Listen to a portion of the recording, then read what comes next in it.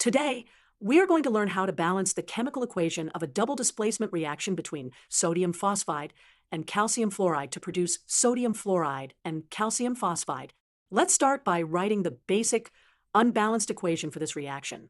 Here, sodium phosphide reacts with calcium fluoride to produce sodium fluoride and calcium phosphide.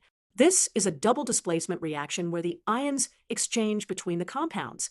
Now, let's balance the equation by adjusting the coefficients before each compound, ensuring that the number of atoms for each element is equal on both sides. We will use a methodical approach. We'll balance the metals, then the nonmetals. First, let's look at sodium, Na. On the reactant side, there are 3 sodium in the sodium phosphide.